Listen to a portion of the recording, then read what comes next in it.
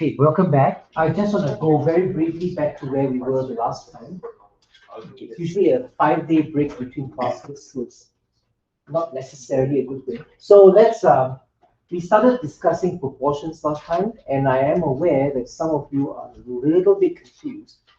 So I did make the right call, choosing to teach means first. Proportions are not a big deal. They are just another number.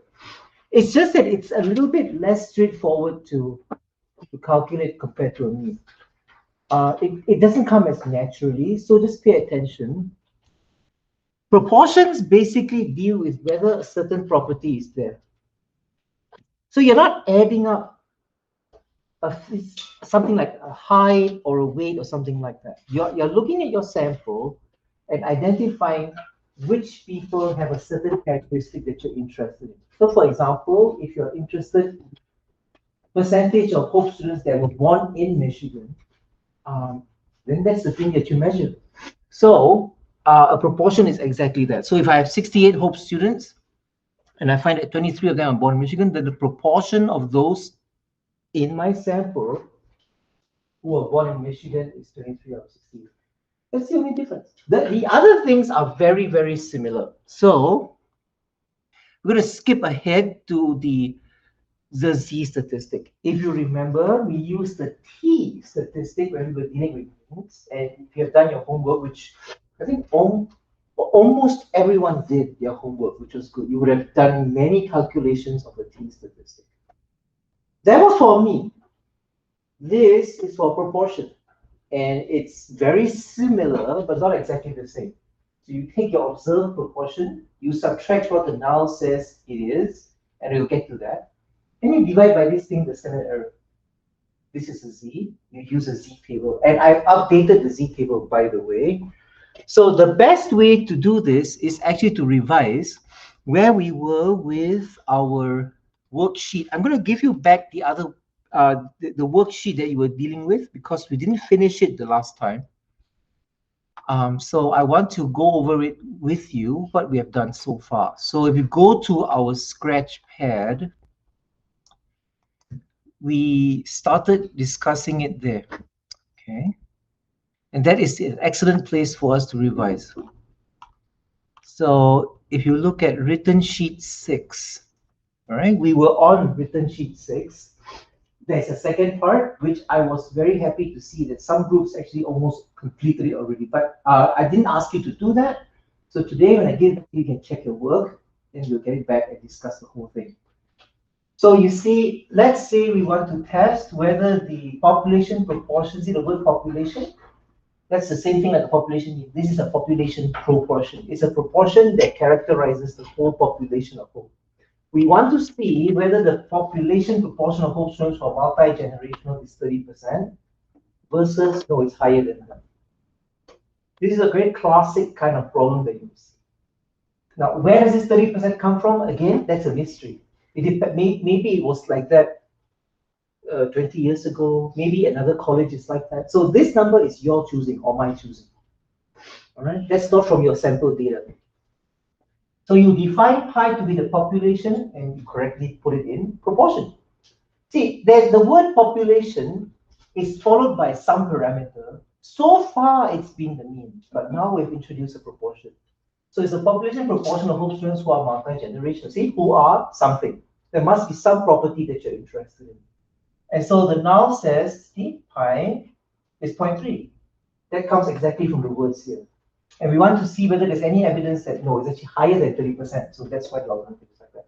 Then comes your sample data.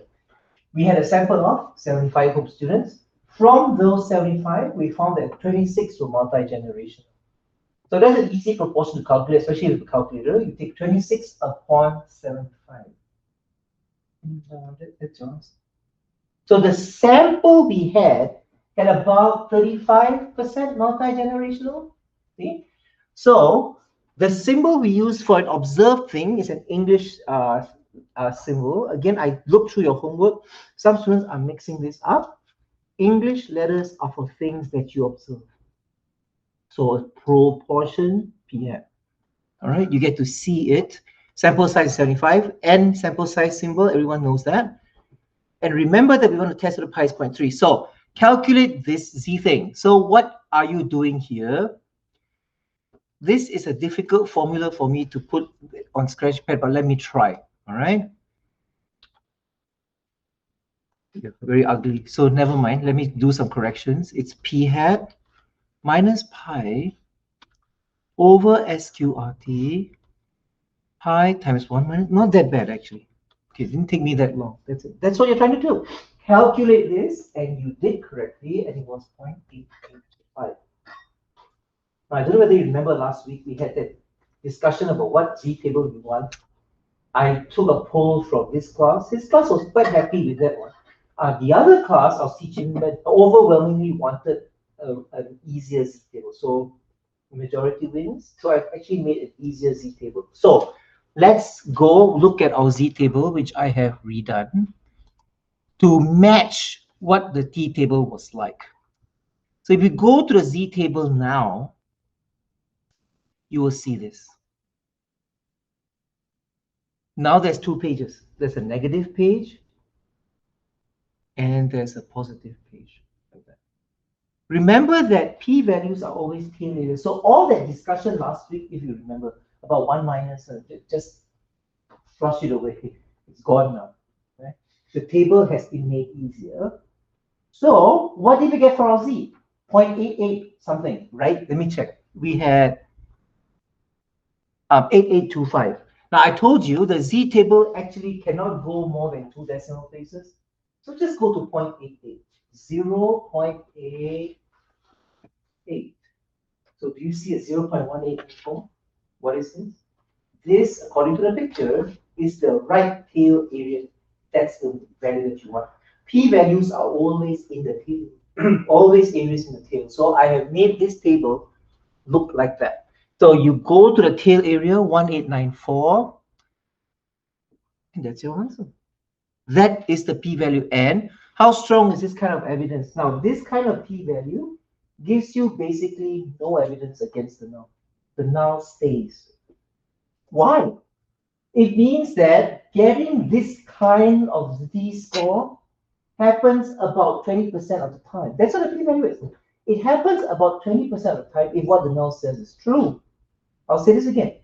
About 19% of the time, you do get z-scores like this if the null is true. That means it's not rare.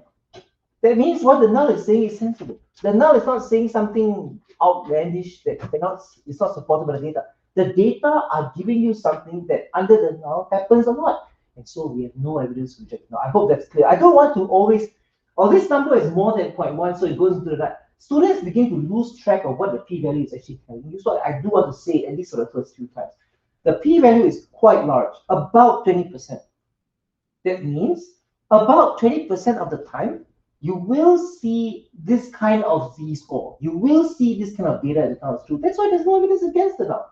The null is being sensible, so you have no evidence against it.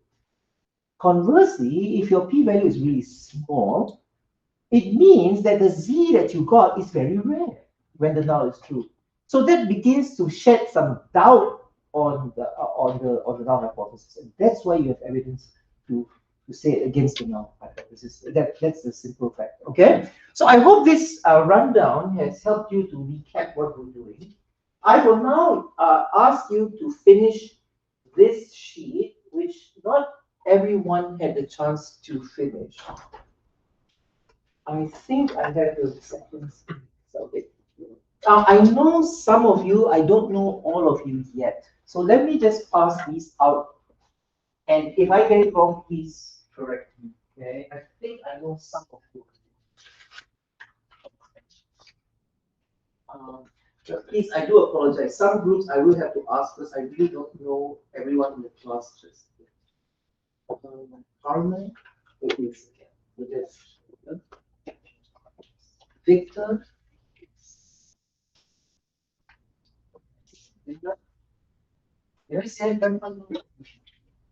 And then Delaney, Kiara, Ava.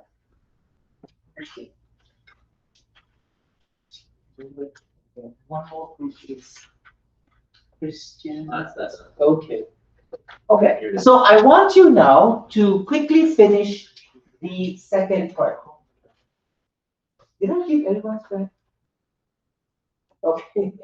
Sorry. Okay. Can you do the second part of the Michigan households now? All right. Very similar to this. This is just giving you more practice in using the Z table. All right. I don't think this will take you more than 5 minutes. So let's try and get this back as quickly as possible. All right.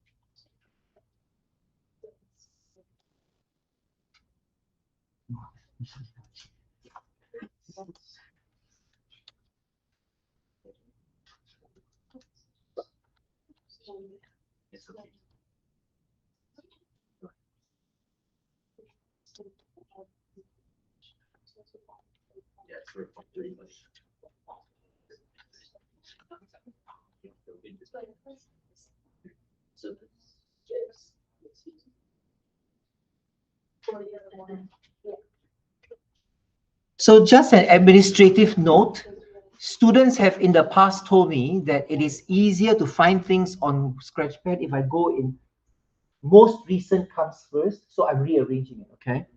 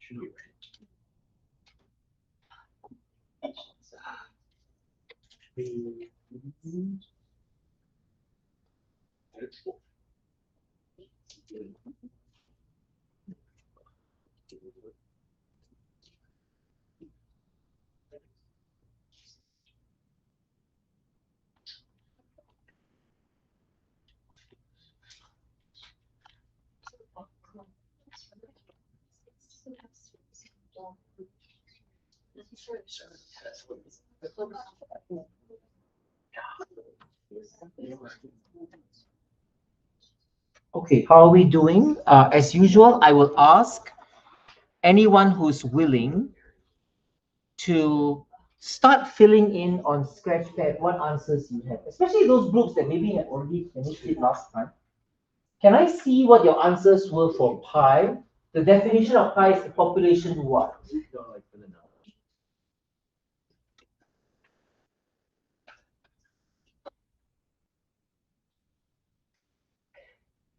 Pi is always a parameter that measures a, what's the word I want? All right. Just put in your word here so that I know that it's correct. Pi is a population.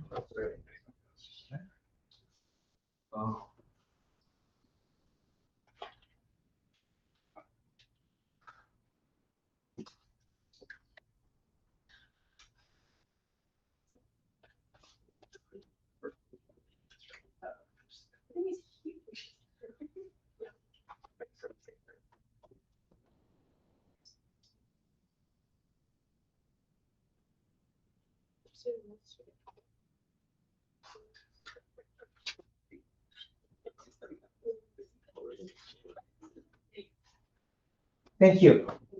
Pi is always a population proportion. And what about the households? What property are you interested in? Am I households that? You can just copy paste an appropriate phrase. You don't even have to type anything. Can you find it? This is the proportion of Michigan households that. This is very important actually. The definition of the parameter is central to your understanding of what you're doing. All right? Can you find a sequence of words that you can paste?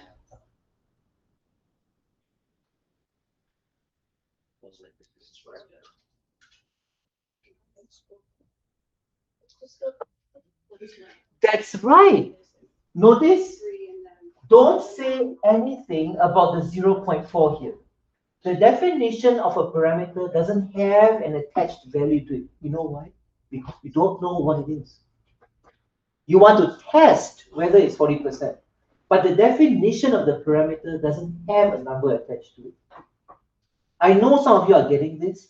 I hope more and more of you will understand what I'm trying to say here. The saying that pi is 0.4 is the thing you want to test. It doesn't come into the definition of the parameter. So this is correct. Can you give me two numbers that should go here? You are testing. The null says that pi is... that's right. So the null is the one with the equal sign. That's right. So you just put in 0.4. And of course, the null and the alternative share the same number, but they're talking about different things. The alternative says, no, it's less than 40%. The null is the one with the equal sign. Good. We have a sample of 105. Calculate as a decimal the observed proportion of Michigan households that have an annual income of this or less. Anyone have the answer? Show me the fraction first, then yes. 40 over 105. Thank you. Which, let's see if AI is, yes, thank you. All right. Very good. Use AI to your advantage, all right? Okay. The symbol we use for this observed proportion is always p hat. Good, not pi, right? P hat. Because it is observed. Our sample size was, come on. Yes. Symbol for sample, I think I've asked this 20 times already. Symbol for sample size is? Very good. Okay, no AI, no. Okay. Remember that the value of pi we want to test is pi is equal to 4. Again, where did this number come from? From the sky. Because I can. All right. Calculate this. What are we getting? Anyone? Let's see if we have two groups or more that have the same answer. What are you getting for the z statistic in this problem? Yes. Negative 0.3974. Thank you. Anyone corroborating that? Oh, okay. What? No, we got the same. Oh, okay. Okay. Now, from the z table, what is the p-value? Anyone want to put your answer here? Then we'll check. First of all, can you tell me, according to our z table, what do you need to round this to? The table can't help you with this one, actually. What do you need to round it to? The table isn't that accurate. Can you tell me? What should you round it to so that you can use the table? Or were you all stuck here and didn't know where to go? All right. Okay. Maybe that's where there was a problem. So let's go to our table. What do I mean by the table is not powerful enough? Look at the table that we have. It only runs to how many decimal places? Only 2. Don't be confused. Don't say, but I see 4 here. Okay, then you're not understanding the table. Yes, these are the p-values, but the table's z-value, see the z there is on the side. Therefore, you should round it to what? Minus 0.39. Okay, table can't help you. So what do you need to round it to? Does anyone know? Okay, Negative 0.4. That's right. Round this the way you've been rounding stuff since school. Round. Okay, so I'll put a note here. Table does not have this resolution. I want to use that word actually. It's too coarse.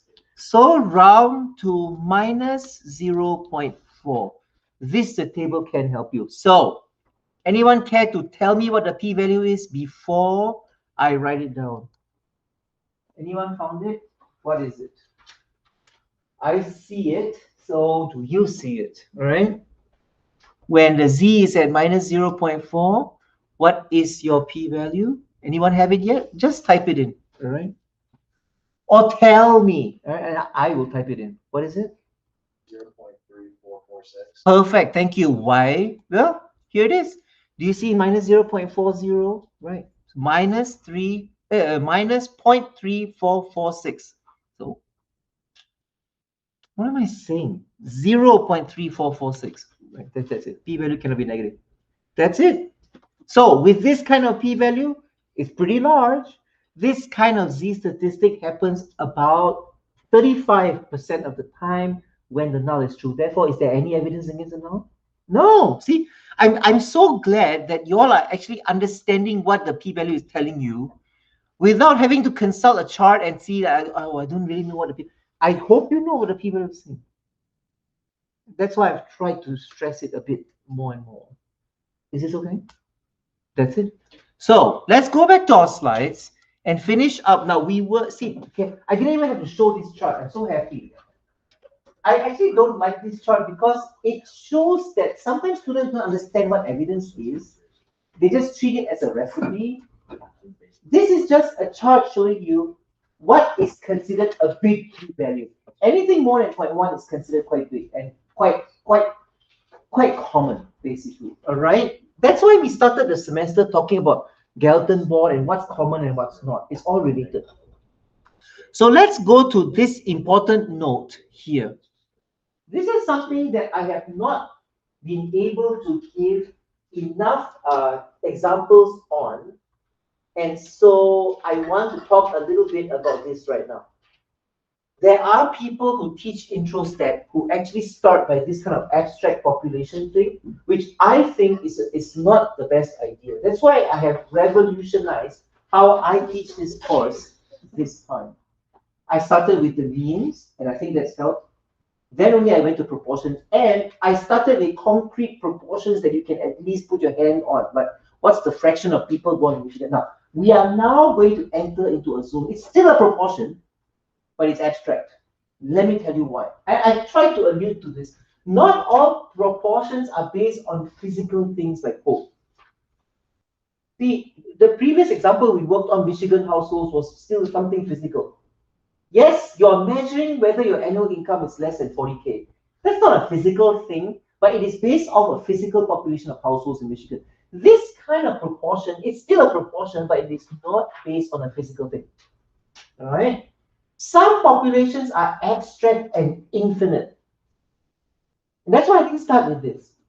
I'm hoping that the class is now statistically mature enough that this will be something that you can take to very easily. Let's see.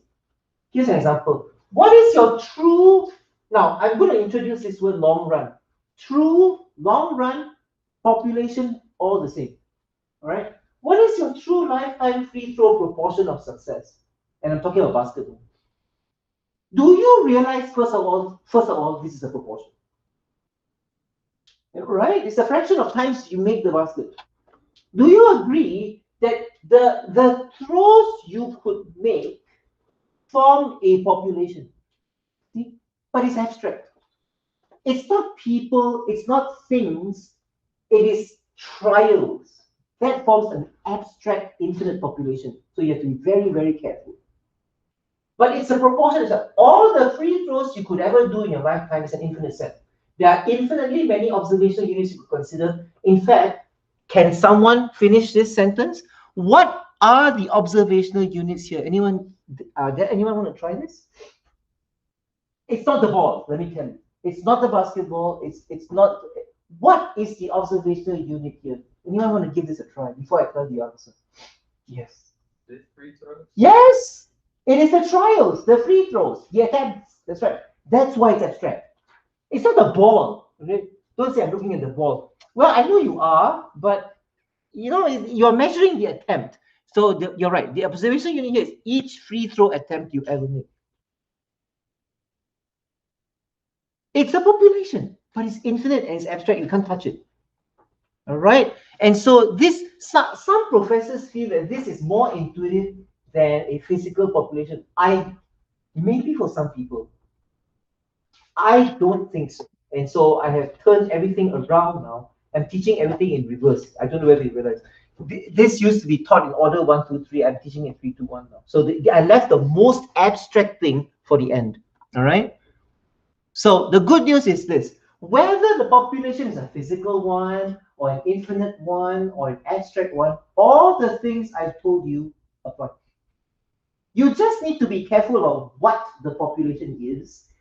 Whether, first of all, remember that boy walking the two paths? Okay, first of all, you need to establish, is the problem a mean problem or a proportion problem? And once you've got the correct path, you need to a little bit be careful. Is this an abstract population? Because the formulation of the definition of pi, it sounds a little bit different when it's an abstract population. You see, I didn't say, what is the proportion of Michigan households that earn less than 40K? That's a physical population proportion. But a non-physical proportion, it sounds like this. What is your free throw success rate in your lifetime? See? It doesn't sound exactly, the word proportion is still there, but it is not based off a physical population. Am I getting through to the class? Right? Okay, so the good news is all concepts still apply. You still take a sample of your free throws. Let's say you do 150 free throws and you make the basket 91 of those times. Then what's your observed sample proportion? Can you still tell me what it is? What is it as a fraction? 91 over 150, you see? That is why it is intuitive as well as abstract at the same time. And you still use p hat because it came from a sample of throws. So it is correct still to say p hat is 91 over 150. You define your true population proportion of successful free throws to be, can you give me a Greek symbol? What symbolizes your true unknown population proportion of successful free throws? What symbol? Pi. Yes, good. You use pi. Don't use mu and because this is not a mean. You use pi, and you see you write things like this. We can then choose to test anything we want. Why am I testing 35%? I think I've said this by now 7 times or 8 times. I don't know why. Because I want to. Maybe I'm comparing it to my friend. Maybe I'm comparing it to a basketball player that I admire. Whoever it is, whatever the reason, I can test anything I want because this is a statement about. Now, here's something I want you to be careful. Whose pie is this? Is it yours or your friend's? Whose pie is this? According to the definition, it is Yours. yours. What number you want to test for yours, that's up to you. See? Okay. And why we chose status quo value of 55% depends on what you want to test. Perhaps you're comparing to someone else. Okay, and it can be any number of reasons. The other thing I want to introduce is the concept of status quo. The null hypothesis is always the status quo statement for the parameter. It's the thing that is established. You are trying to see if you have evidence against that. All right? Two-sided tests are exactly the same as we did it for the mean problem. If you define your things to be pi, then your two-sided test should look like that. Nothing has changed. The null says it is 55%. The alternative says no, it's not. It's something else. Maybe it's less, maybe it's more. Everything we have talked about so far is exactly the same, including the calculation of the z statistic and the use of the z table. The only difference comes when you compute the, what's the word I want? P-value. Yes. Okay, that's very good. And what do? The p-value of a two-sided test is double delta one. Right? So I really hope that you're seeing that if you follow along with the class and you engage, it is not hard. And I'm not saying this as a professor. I'm saying this as a human being. I'm not saying professors are not human beings, but the thing is, It's not because I teach this course that I say it's not hard. It is not hard, period. It really isn't. If you really engage and really think about what I'm saying and do the homework and follow along, right? And you'll find it makes a lot of sense. It's not hard to grasp. There's hardly any math anyway, right? It's all ideas. So the only difference is when you compute a p-value for two-sided test. Remember that a two-sided test p-value is double the p-value of one-sided test. It is double the tail you get from z-tail. Now, the z-table cannot give you two tails at once. It can only give you one, so you need to know this. Right? If you want a two-sided p-value, double that answer to tail. The picture shows you one tail only. So that's what you need to write. All right, makes sense? Okay. So I think, yeah, I have another worksheet. I try to intersperse what we do so we don't do the same activity all the time. Let's do worksheet 7. And you will find worksheet 7 is also very similar to what we have just done. We will have you do this. I think I'm confident that this class would 1, 2, 3, 4. Can you just pass to the back?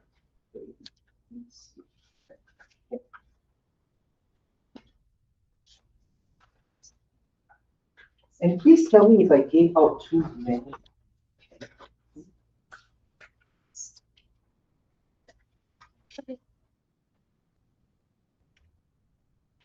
You will find that worksheet 7 will take up very little of your time because the two prompts are essentially the same, but one is a two-sided version. I will let you figure out which one.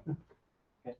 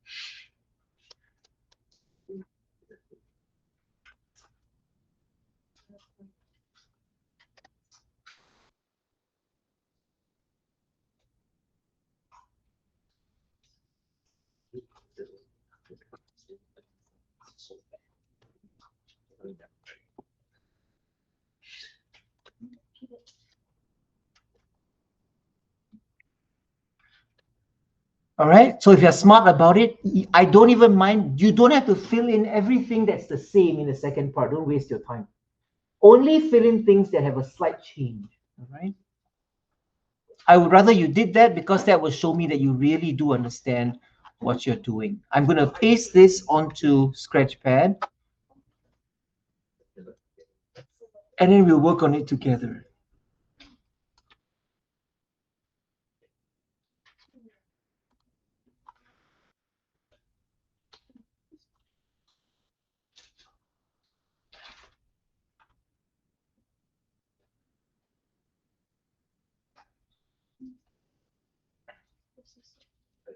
Ask you a question. I didn't ask this on the sheet.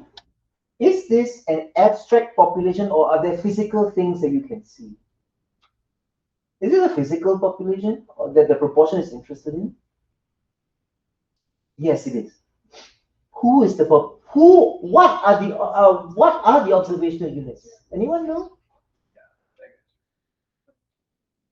Where's your data coming from? Yes. The brides. The brides. All right. It's not the fact that taking your husband's name is an abstract thing. Yes, that is an abstract thing, but that is not your observation unit. The observation unit are brides.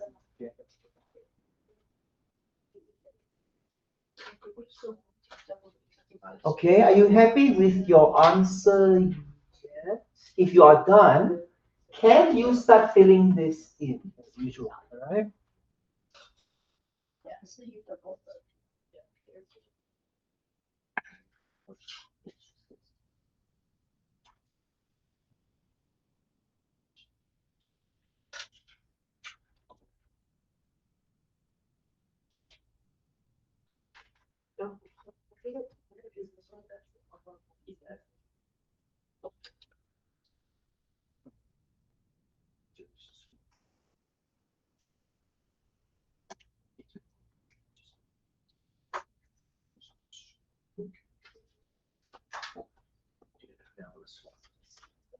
All right. Anyone want to try? What word goes here? One word.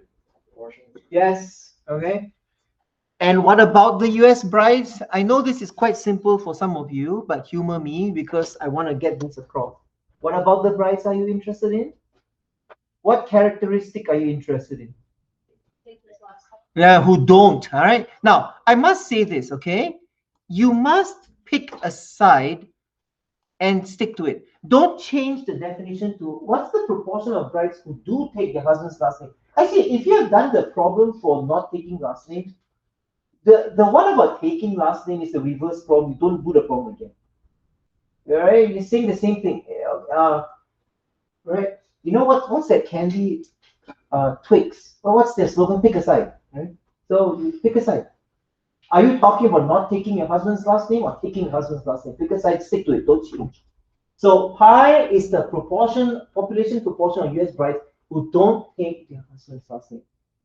Why did I choose this direction? Because the data are primed that way. Why do more work than you need to? See, the data are phrased in not taking husband's last name. So follow that. Okay. So anyone, what's the number here? The null says pi is yes. And the alternative says it's less than the same thing. It's always going to be the same thing. Okay. So we have a sample of 65 brides. We find that 8 did not take their husband's last name. Calculate as a decimal. See how similar. I have found that being very repetitious helps students learn, especially at the beginning. So what is the fraction here? Yes. Ugh. Oh, 1, 2, 3. That's nice. Okay. What's the symbol for an observed proportion? It is always yes. Our sample size was 65. The symbol is, remember the value of pi we want to test is good. See, one thing about AI that I don't like, even in 2025, it is not smart enough to do this calculation, I believe. Let me test. Let me see if AI is smart enough at this stage. Because every year I test, it doesn't seem to improve. Okay, let's put stuff in. This is the generic. Can you fill in this for me for the benefit of those that may not be so clear? What's p hat? That's 8 over 65, right? You can use, yeah, you can use decimals if that's clearer to you. What's the pi that we want to test? 0.15. And see, once you have that, you just keep typing this, and then this, over sample size, which was 65. Come on, AI. Stupid, right? Still can't do that, right? You still have to go to decimals or okay, 2025. Right? Every year I check, right? Not yet. With all the heat that they're generating and all the disputes, right? It's still not smart enough to do it. And this drives me crazy, right? Right? Well, these are the things I want you to do, and you don't do them. Okay. So did someone get this? What is this?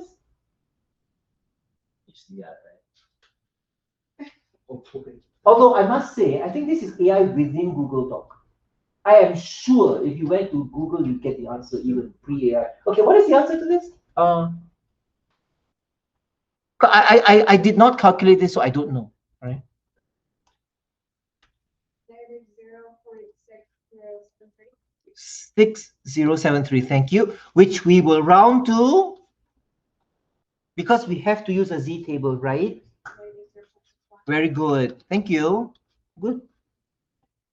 From the z table, what's the p-value? Anyone care to tell me before I yes?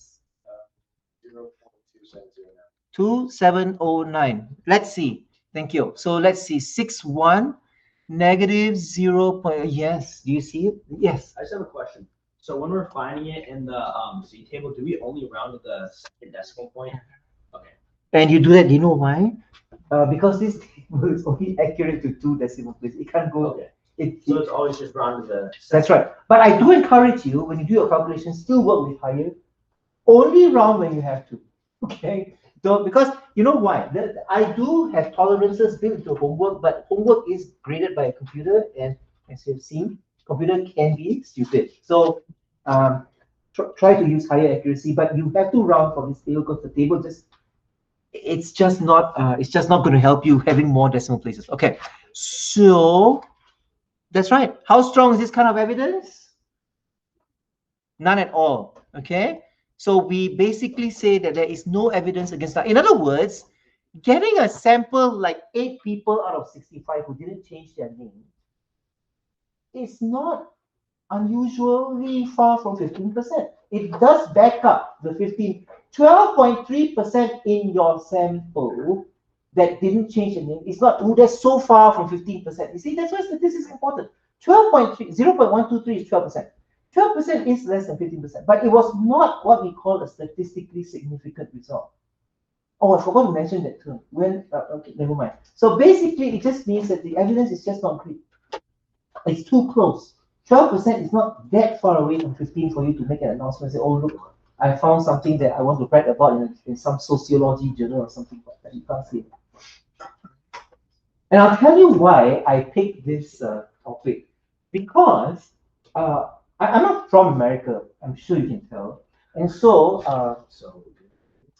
I had a good friend when I was doing my PhD. So he got married when I was finishing my PhD. So he asked me to be his best man, which is an honor. So I did. Okay. I didn't say no. That's not a nice thing to do.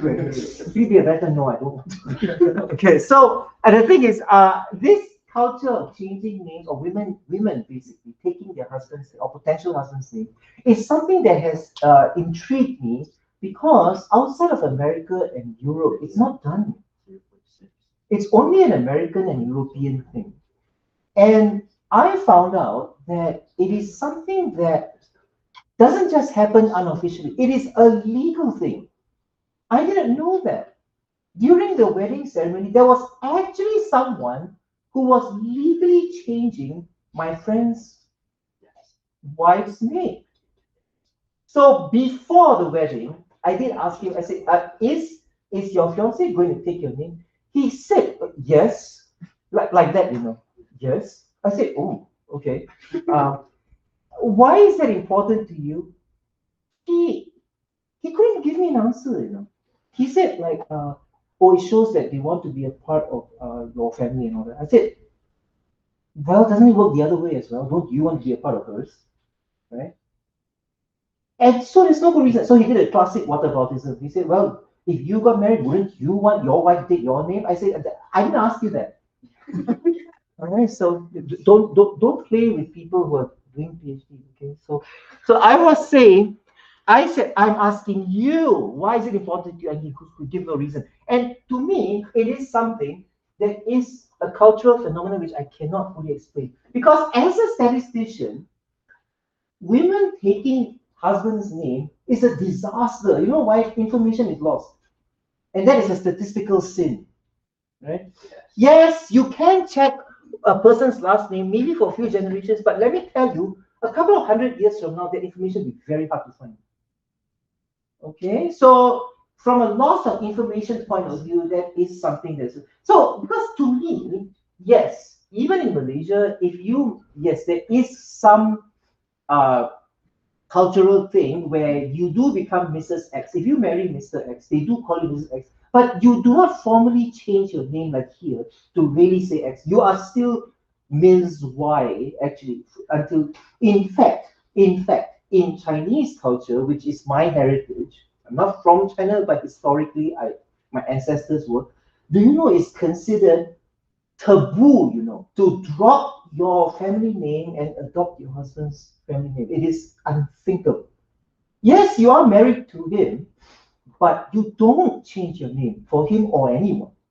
So it's a very, to me, these things are very interesting, and I will bring up more of these as we go along the semester. So this is one of them.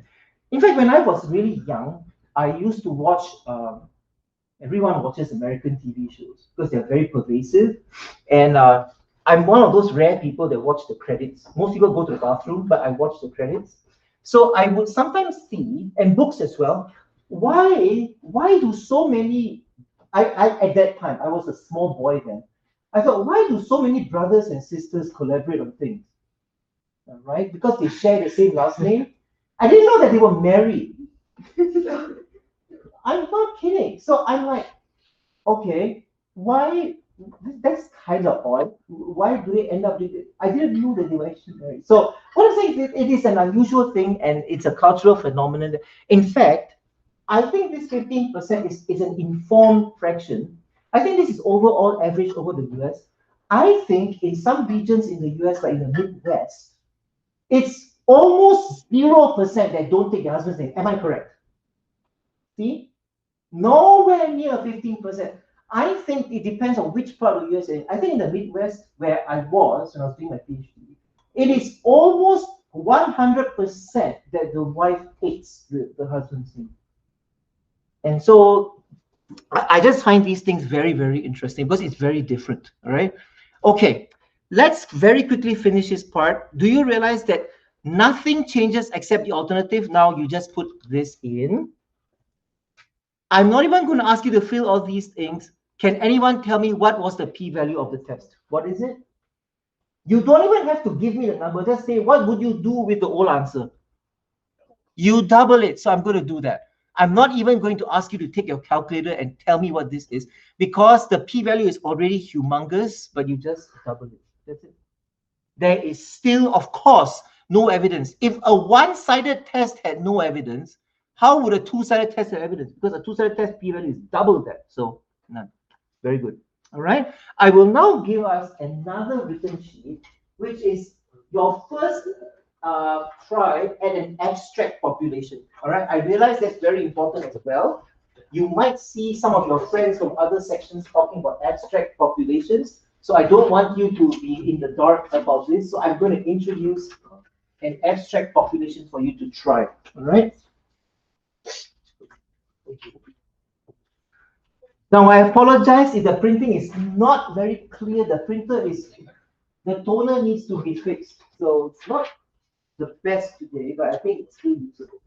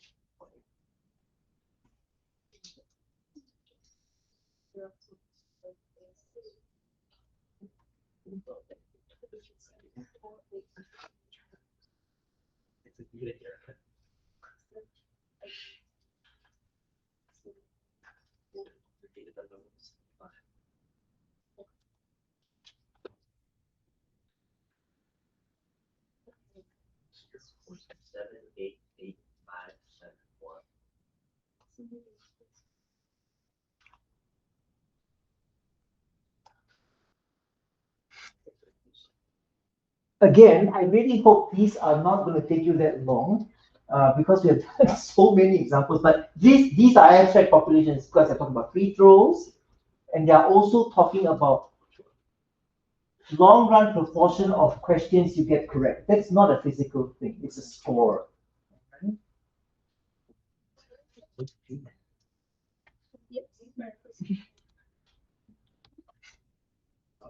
Wait,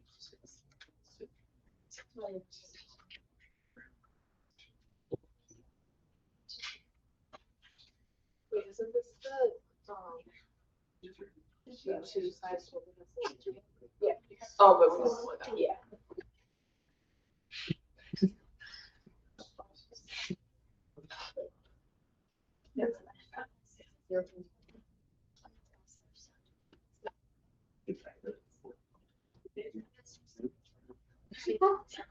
E-value.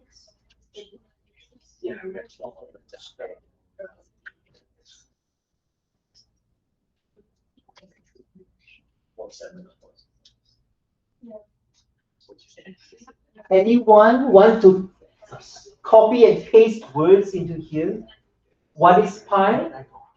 The true long run?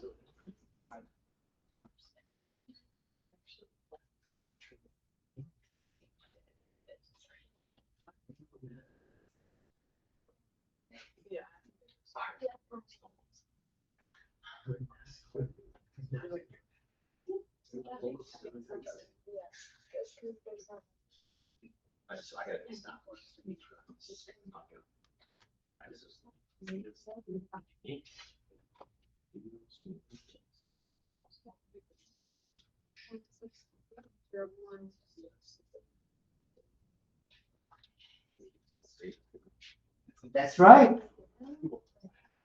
Pi is the true long run proportion of successful free throws. What are you testing?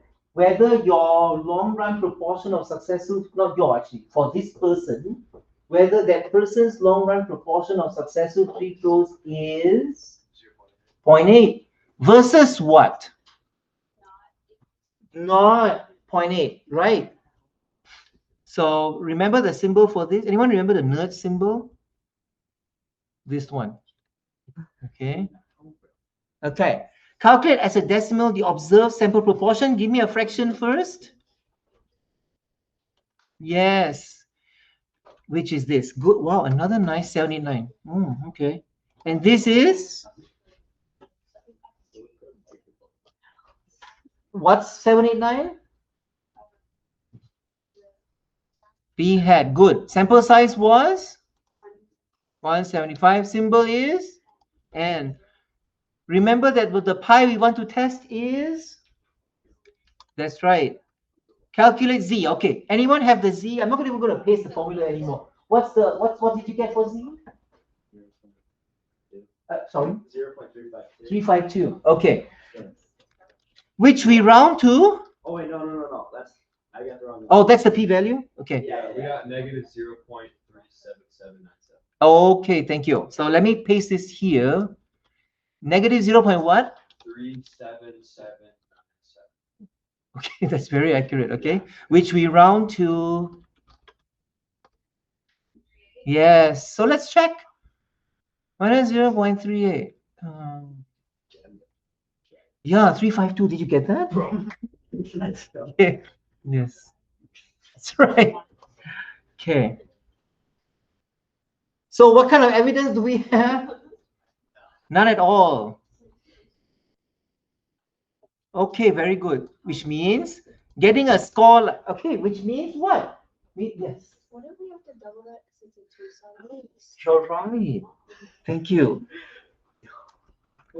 Yeah. So I'm gonna, I think I was thrown off by the high five, I think. Okay.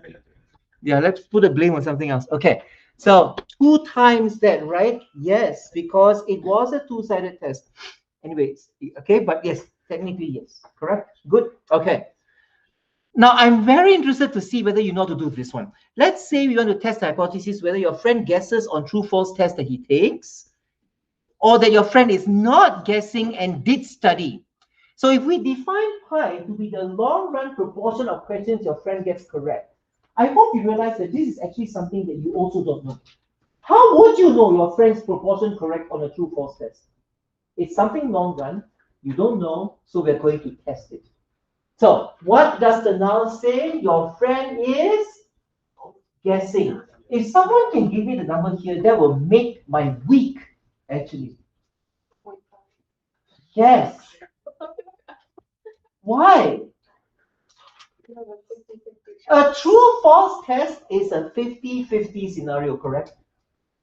If you guess on a true false test, and you always guess, your long run proportion correct is 50%. So pi is 50%.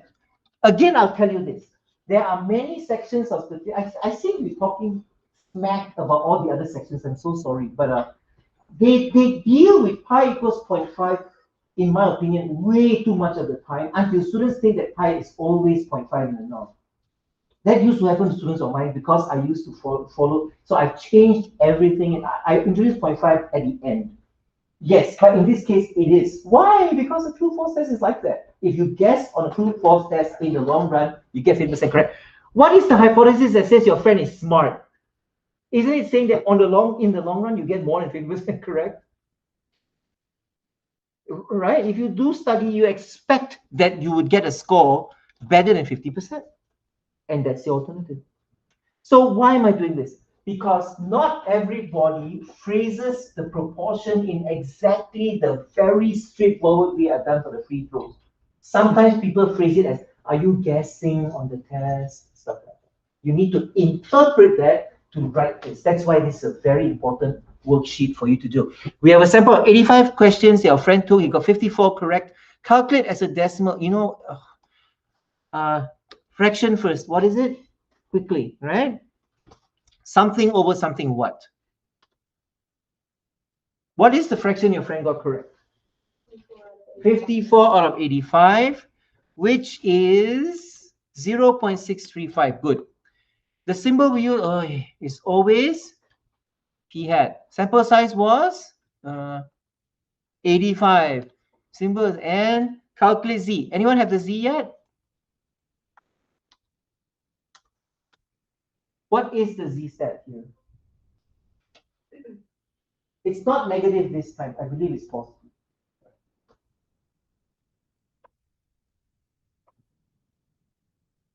2.494. Oh, 2.5. Okay. Finally, we are out of the no evidence. I think this one's going to give you some evidence or something. Are we getting this? Which you round to what?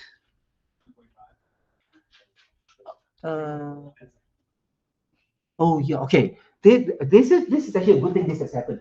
So I think to be very sure, did anyone get more decimal places? I want to show you how. Because just based on this guess, it's 2.49. But I'm afraid that this was a 49 itself or something like 496. Oh, 49496, is that correct? 4946, okay, then that does round to 2.49. Good. So anyone have the p-value before can you tell me it? 0.0064. Thank you. Let's see. 0064, 2.49. Yes. 0064. Thank you. So what zone of evidence does this have? Okay, so what does it mean? It means getting a score like what was the fraction? Ooh, hold on. Yeah, so getting 63% of the questions correct on true false test gives you how strong of evidence that you're not guessing, that you're smart? Yeah, so 0064 gets characterized as what kind of evidence? Which class is it? Very strong, correct. And I hope this makes sense to you. If you are getting scores like 63% on a true false test, doesn't this have very strong evidence against the guessing hypothesis? Yes. Yes. So I have a quick question. Yeah. So on the one before, like we have to multiply the P-value. by 2. That's if it's a double-sided Yes. So that's, we know that if it says not, right? It's like, Mhm. okay, but then if it's like greater than or less than, we don't multiply. Yes. Okay. If it's greater than or less than alone, then we don't multiply because it's one-sided. Okay. That's right. Good. All good questions. Thank you. This is excellent. So let's continue now with the phase 2 of the chapter 2 notes. I did ask you to have those ready. Now, I have one thing to say. I added a slide an hour after I posted it and I changed it. So those of you who downloaded the later version or the current version, I would say, you will be fine. But even if you are the really early one that did it immediately after I asked you to do it, you would have only missed the last slide. So don't worry about that. I didn't change anything else. There is one last slide I added, so you can add that later. All right. Okay, we are going to spend the rest of class talking about the idea of what is a certain kind of error that you can get in decision making. Okay, so up to this point, for both means and proportions, we have been focusing on just finding the p-value.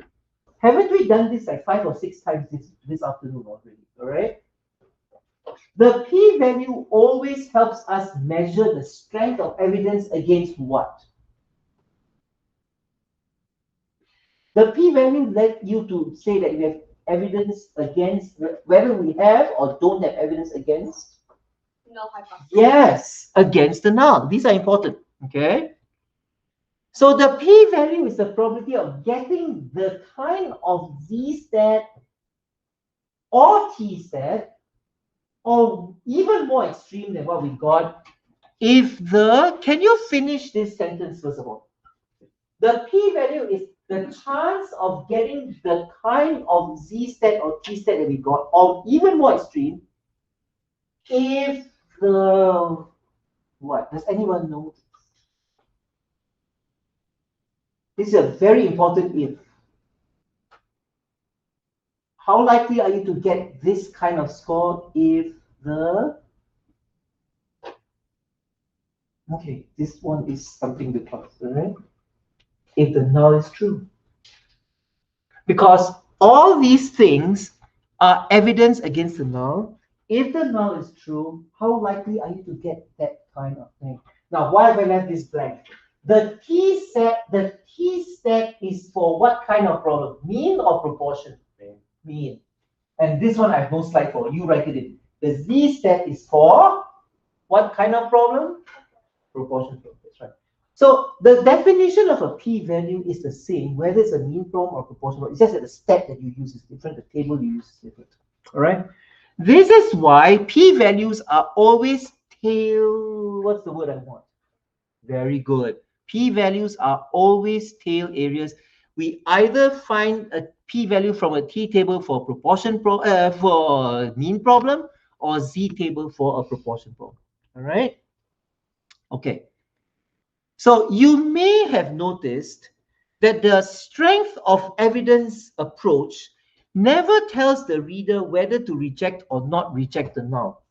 The p-value only quantifies the strength of evidence and stops there. You will see evidence of this in everything we've done today. Very strong, moderate. So it's kind of like the p-value is a bit, you know, some people are like that. They won't commit to an answer. Like, do you think this kind of thing looks nice or what? They'll say, yeah, it's okay. They don't want to say if it's good or bad because maybe they got in trouble in the past, so they don't commit. This strength of evidence thing is kind of like that. It just puts the p-value there, tells you whether the strength of evidence is strong or not, and goes away. And that's why I picked this meme. I'm just gonna leave the p-value here. We did that all day long. I left, you found the p-value, you declare that this is strong evidence against the null. This is moderate evidence, and there is no evidence against the null. But you never really decided what to do with the null. You left it there. All right. So this is an approach that some people don't like. There is another school of thought that says, I want to make a definitive decision. Not this kind of wishy-washy, evidence strong, not strong. Yeah, okay. Tell me what to do. All right? Don't be like Kermit and leave the p-value there. Tell me what to do. This is called the significance level approach, where you will establish what's called a decision rule. How does this come up? It's absolutely nothing different except pick some small percentage between 0 and 100. This is not a p-value. This is called the significance level. You pick a small percentage. Now, I know some of you have some statistics background. Does anyone remember from their statistics class prior to this, what is a favorite small percentage picked as a significance level? Does anyone? Yes. Is it 25%? It's close. It's smaller than 25%. Anyone have any other ideas? Have you heard of? Okay, I am dealing with a class that is very statistics naive or something. There's no such word like that, but which is good. So I get a blank canvas to paint on. Okay, so I'll tell you, a favorite choice is 5%. I don't know whether you've heard about it, 0.055%. If you've done any science-based thing, you probably have heard of 5% before. Reason why will be given later, right? There is a reason why. I'm here to tell you it doesn't always have to be 5%, but it is very, very beloved. I'll tell you this, right? 5%. This small number is called the significance level of the test. And we give this number the symbol alpha. So if you see alpha in your homework, this is the sig level. This is not a p-value, please. Okay, we're giving a different symbol. This is the sig level. It's fixed. Okay. The decision rule is this. So you take away the Kermit the Frog thing. You no longer give people a graduated scale. You tell people what to do. If the p-value that you get is smaller than the sig level, you will decide to, what do you think? Reject the null or not reject? Remember, small p-values give you evidence against the null. So the logic is, if the p-value you get is smaller than this small number, you will choose to what? Okay, I'll say this again. A p-value that is small means there is strong evidence against the null. Now you have picked a low-level significance level.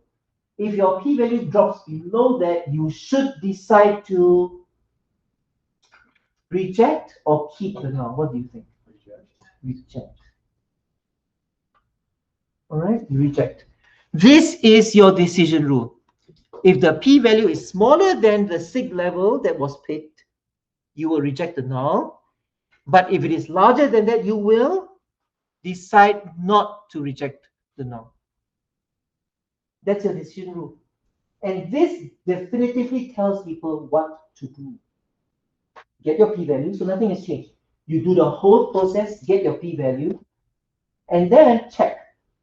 Your predetermined sig level is 5%, let's say. If your p-value went below that, you decide to reject the null. Is this okay? Now, I don't know whether you all have played this. Actually, I don't encourage this game, but do you know the game Limbo? It's a very dangerous game because usually people play it when they don't have all their faculties. And you can read that however you want. Now, since I came to America, I've learned that there's at least 10 words to mean that you're drunk. Drunk, plastered, hammered, toasted. Okay, there's so many. Okay, so usually I've come up with 10 actually. I'm going to list them down one day. Yeah, the one I like is plastered. I don't know why. Okay, but anyway, why am I talking about limbo? Because usually people play when they are in those situations. It can be dangerous. You can actually fall and hurt your tailbone. Okay, but why is this like limbo? Because the sig level is the limbo state. It's low. So if your p-value goes under the limbo state, you reject the null. See? So that's why I have the imagery there for you to remember. All right. So the logic I've just explained. The logic behind this is this. If the p-value is large, it means that the thing you calculated happens often or happens rare. If the p-value is large. Often, a large p-value means the standardized stat you calculated happens quite often when the null is true. Therefore, the statistic you observe is not special. So it makes sense not to reject the null, i.e. the null is plausible or reasonable. However, if the p-value is small, it means that the step that you calculated happens rarely when the null is true. Therefore, the statistic you observed is special, and so it makes sense to reject what the null hypothesis said. That's the logic. Right? Remember the limbo stick is at a low level. Nobody plays limbo with the stick high up. There's no challenge there. So the challenge is you pick a low significance level and you see your p-value, whether it can go underneath it or not. If it does, it sheds doubt on the null hypothesis, and that's why you reject the null hypothesis. That's the logic behind why you do the thing that you do. Okay? This is a very common approach, and you will see the words significance level, alpha, and things like that a lot. All right? We say that there is evidence for the alternative hypothesis. All right? So I think I do not want to go to the next slide. So we will stop here for today. I believe there is enough for you to finish your homework. So I'm going to open up now. Let me explain. Please don't shoot me, okay? I mean, I'm going to open up 2 homework assignments today. Now, why? Because I want to separate proportions and means. I do not want them to be in the same homework assignment. That's the only reason why. So, but they are both quite short. So I will send you an email this evening. We'll make it due a week from now. You should try your homework as soon as you can because it's related to everything that we talked about with this talk. All right, so I'll see you all on Wednesday.